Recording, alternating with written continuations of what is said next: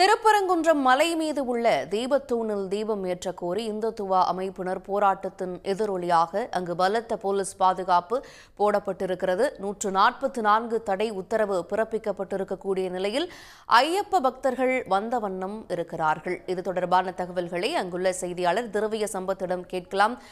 திரவிய சம்பத், 144 தடை உத்தரவுக்கு மத்தியில் அங்கு பக்தர்களும் வருகிறார்கள்.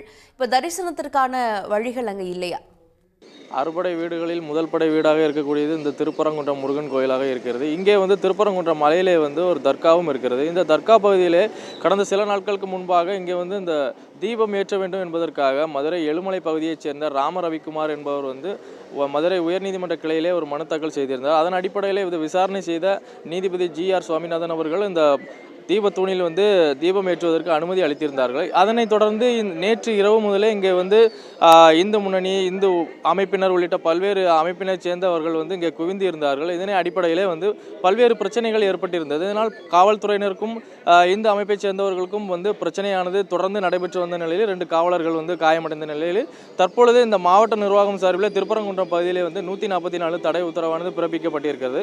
இந்த நிலையிலும் இன்று காலை முதலே திருப்பரங்குன்றம் முருகன் கோயிலுக்கு அதிக அளவிலே ஐயப்ப பக்தர்கள் குவிந்து வருகிறார்கள்.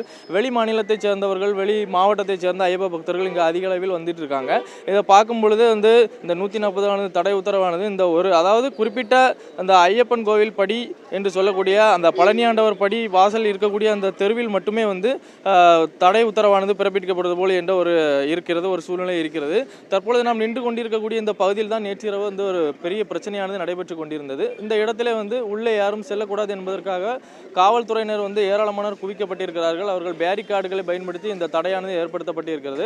இங்கே இருக்கக்கூடிய கடைகளுக்கும் இன்னும் திறக்காமலே இருப்பதால் ஒரு பதட்டமான சூழ்நிலை இருக்கிறது. இந்த நிலையில் ராம ரவிக்குமார் தரப்பில் மதுரை உயர்நீதிமன்ற கிளையில் அதாவது நீதிபதி உத்தரவு பிறப்பிட்ட பிறகுமே எங்களுக்கு ஏன் அனுமதி தரவில்லை என்று மேல்முறையீட்டு செய்திருக்கிறார்கள். அந்த மனுவானது இன்று காலை 10:30 மணி அளவிலே முதல் மனுவாக நீதிமன்றத்தில் விசாரிக்கப்பட இருக்கிறது. இந்த நிலையில் தற்பொழுது திருப்பரங்குன்றம் அந்த முருகன் கோவில் அதனை சுற்றுவட்டார பகுதிகளில் காவல்துறையினர் ஏராளமானோர் ஈடுபட்டு வருகிறார்கள். ஸ்பெசிஃபிக்காக இந்த பழனியாண்டவர் படிக்கட்டு செல்லும் வழியிலே அதிகமான அளவு காவல்துறையினர் குவிக்கப்பட்டு அந்த பகுதியிலே பேரிகார்டுகள் அமைக்கப்பட்டு தடை விதிக்கப்பட்டிருக்கிறது. இந்த சூழ்நிலையில் இன்னும் அந்த 10:30 மணியான அளவிலே அந்த மனுவின் விசாரணையானது தொடங்கப்பட இருக்கிற ஒரு சூழ்நிலையிலே தற்பொழுது திருப்பரங்குன்றம் சுற்றுவட்டார பகுதியில் ஒரு பதற்றமான சூழ்நிலை ஏற்பட்டிருக்கிறது.